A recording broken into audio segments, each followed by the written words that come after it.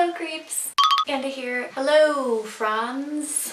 Who the f is Franz? Hello friends. How are you guys doing today? I hope you are well. Today I just wanted to make a video of books that I have read so far this year. This will be like a fun, short video. Well, hopefully fun. I guess I can't really predict the future. I just wanted to talk a little bit about the books that I have read so far. But am I prepared? Of course not. Okay, just one moment, please. Got it. My goal with reading is to read 50 pages a day. Do I always hit that goal? No. Sometimes I read less, sometimes I read more. It just kind of depends on the situation, if you know what I mean. But I have granted myself a little bit of leniency this year and I was hoping to get 3 books done a month. Did I do that? No. Because in March, I only read 1 book. Okay, if it's centered a little bit off, it's because I tripped over the tripod. Before I begin, one thing that you should know about me, since we are getting to know each other, is that I constantly misplace everything. The point of this being is that I don't have all the books with me. I actually misplaced one. It is sucked into eternal oblivion. Another thing I wanted to mention is that a few of these I'm not going to talk about too much because I want to talk about in further detail in a future video. So the first book that I read this year in January was The Fall by Albert Camus. I think that's how you pronounce his name, by this guy. And this book I read because I love The Stranger that I read last year by the same author. This one was definitely different for sure. This one is more stream of consciousness, but it is interesting. It's about a man, I think it's about a lawyer who meets a man at a bar and they end up meeting several times and talking, although you never hear direct quotes from the person he's talking to. Really, you only know what he's saying through what the main character says. So it's very stream of consciousness-esque. That makes it obviously a little bit difficult to get through at times for me personally, but all in all, I'm glad that I read it. It was an interesting read. You really get to know the psyche of this lawyer. So he's talking about how he used to be a lawyer and he was a great man and he did everything right, and then he kind of realized that, you know, everybody has flaws and everybody does things that are right and wrong, and, you know, like, who am I to judge somebody else for what they've done?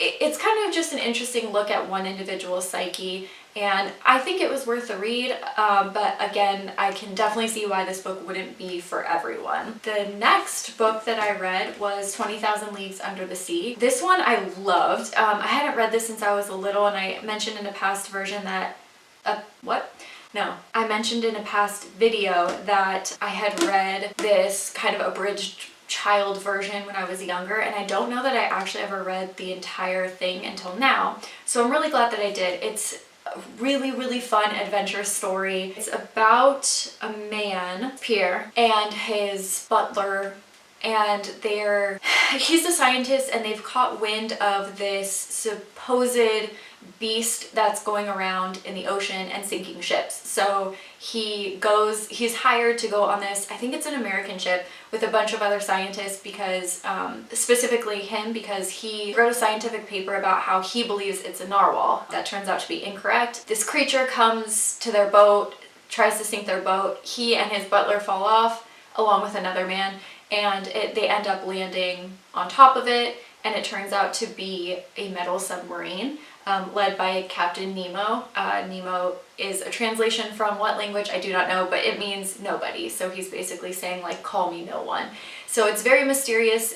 You kind of get to learn little bits and pieces about Captain Nemo as you go through. He's a very mysterious man, very mysterious circumstances, but really beautifully written, and so interesting the way that he talks about things that were to come later, because this book was published, originally serialized in France between 1869 and 1870, so a long ass time ago. It's interesting to read about the inventions that he creates that are things that people actually use, like a diving suit to go underwater, and to be able to get oxygen and to walk on the ocean floor. I really enjoyed this. I thought it was so fun. Just a whole lot of adventure. The next book that I read, I don't actually have with me. It's called Haunted Horror of Haverfield West. So I did mention it in a past video, and I don't have it with me because my friend is borrowing it. Thanks, JC. Thanks a lot. I don't want to speak too much on this because I definitely want to talk about this further in more depth. You know, I want to like dive on in there and talk more about it.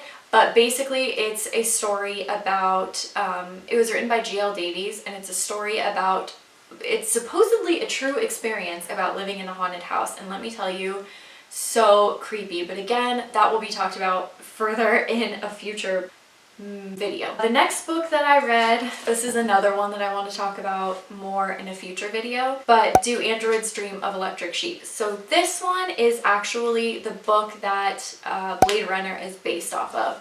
Blade Runner is one of my favorite movies. Anytime anybody asks me what my favorite movie is, I can't pick one, or a favorite song, or a favorite book. I can't pick one. But I always say Blade Runner is top 3 for sure. The original. I think it's such an amazing film, and it was based off of this book.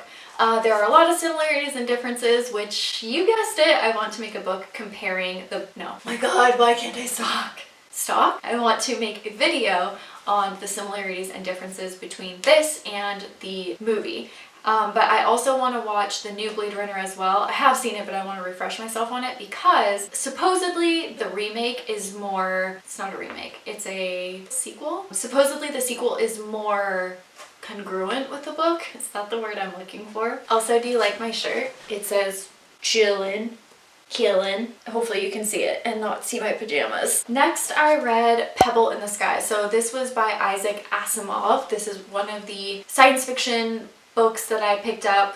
It was $2 at the used bookstore. I didn't know who Isaac Asimov was. I'm not well versed in sci-fi, but I think that he's a pretty big sci-fi writer. Correct me if I'm wrong. Anyways, I read it. I really enjoyed it. I thought it was really, really interesting. I won't go into too much detail, but I will say like the last little bit of the book just took a left-hand turn.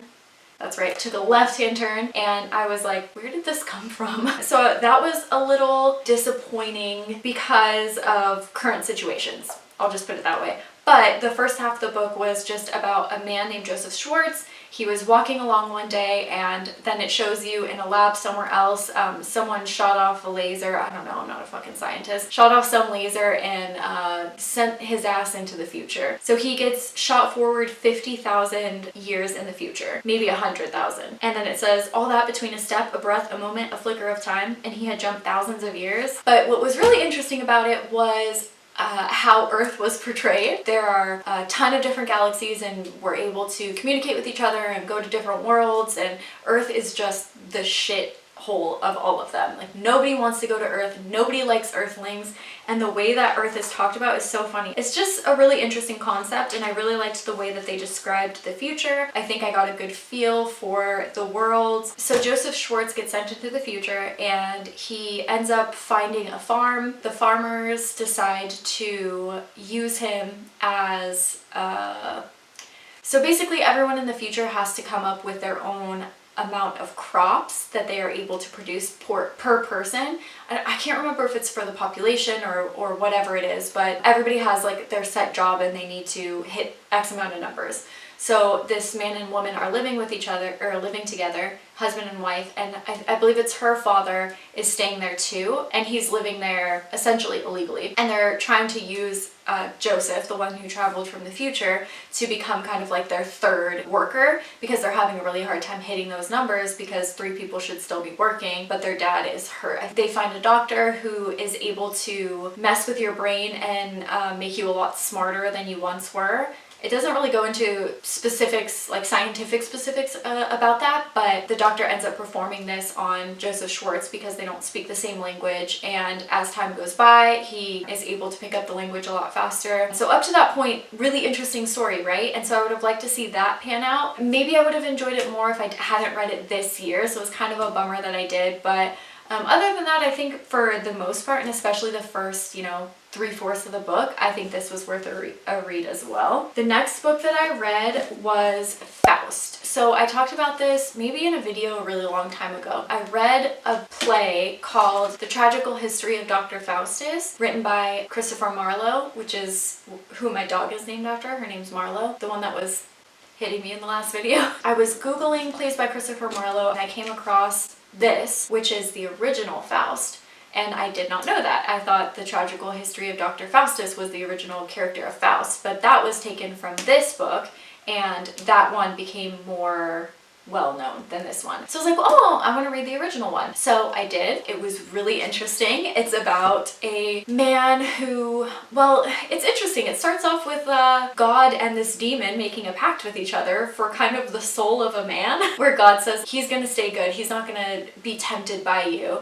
And the demon, whose name is Mephistopheles, is like, God, you got yourself a bed. And he goes down to earth in the form of a dog and meets up with Faust. Now, Faust is really over life. He's conquered the scientific world. He's conquered the religious world. He just is bored with life, essentially. So he sees this dog. He lets the dog come home. The dog turns into a demon. He makes Faust a bargain. He basically says, I will be your bitch for the next however many years you're alive. If once you die, you're my bitch. And then it unfolds from there. It's a tragedy for sure, in the sense that he really lets the devil mess with his head and play games, but then you also see kind of his dark side as well. But the weird thing about it was it's broken up into two parts. Part one, fantastic. Part two was so much different than the first part, and I guess it was written many years later by this author. It's written completely differently. The second half is not always written in that form of a poem. The second part also, I will say, it's less of a tragedy. It really wraps things up in a nice little bow at the end, and that's not necessarily what a tragedy does. If you think about any Shakespearean tragedy or any Greek tragedy,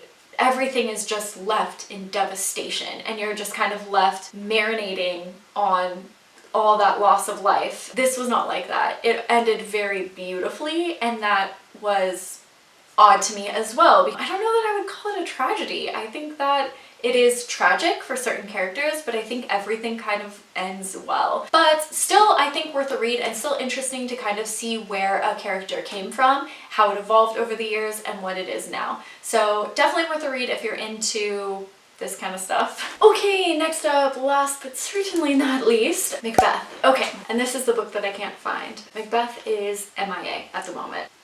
I forgot I have my glasses on. It's probably annoying seeing the reflection in them, that's why I took them off. I read Macbeth and I obviously really enjoyed it. The thing that I love about Macbeth in particular, and a lot of Shakespeare characters, but not all of them, is that they were very much so 3D characters, especially Macbeth and Lady Macbeth, and they weren't just the bad guy or the good guy. I really like plays that have a mixture of each quality in each character, so we get to see their good side and their bad side, because all of us have that. All of us make good decisions, all of us make bad decisions, all of us hurt people whether we mean to or not, and that just makes for a more realistic play. In a very unintelligent summary, let me summarize it for you.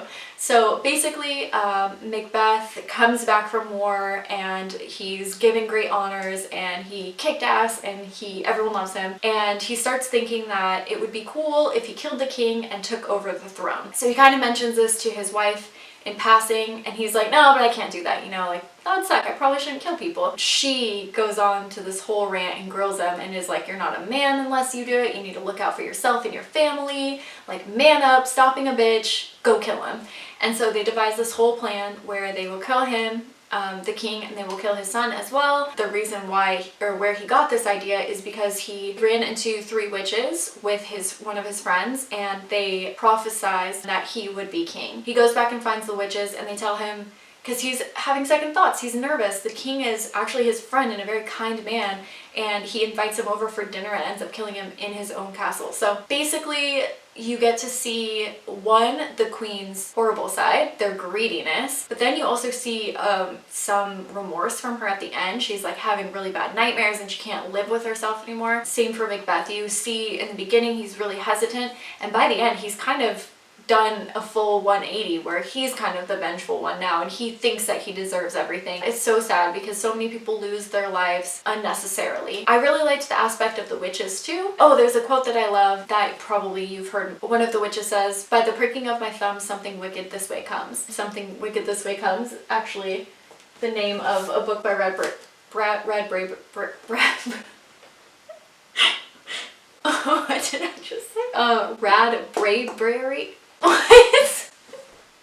Ray Bradbury. It's also a novel by Ray Bradbury, Something Wicked This Way Comes. Another thing that I love specifically about Shakespearean plays is nothing is what it seems, and that's definitely true in this one as well. So like Faust versus Macbeth. Macbeth is definitely my idea of a tragedy where everybody dies and there's just so much destruction. Definitely a difference between them, but both enjoyable. So those are the books that I have read this year so far. I hope that this has given you an idea of something that you may want to read in the future. Let me know what you're reading now. I'm really interested, and I am always open for good book ideas. And I think that's about it for today. I will see you guys later. Thank you so much for watching. See ya next time, buds!